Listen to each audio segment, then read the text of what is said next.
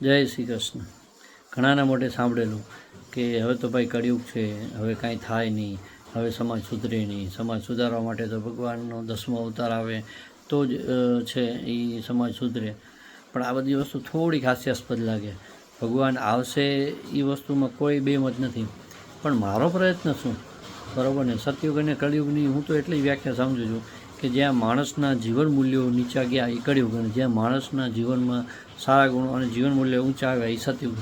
તો અત્યારે પણ સતયુગ આપણે આવી શકે કેમ નહીં? જો હું મારાથી શરૂઆત કરું, મારા જીવનના મૂલ્ય ઊંચા લઈ આવું, મારામાં સારા ગુણ છે એ હું નિર્માણ કરવાનો પ્રયત્ન કરું, બરાબર, તો ઓટોમેટિક છે એ સતયુગ આવવાનો જ છે. ને હું મારાથી શરૂઆત કરીશ અને ધીમે ધીમે સમાજ સુધી જઈશ. તો આ જ વસ્તુ ઋષિમુનિઓ કરી કે સારા ગુણો પોતાના જીવનમાં લઈ આવ્યા અને સમાજના છેલ્લામાં છેલ્લા વ્યક્તિ સુધી પહોંચાડ્યું.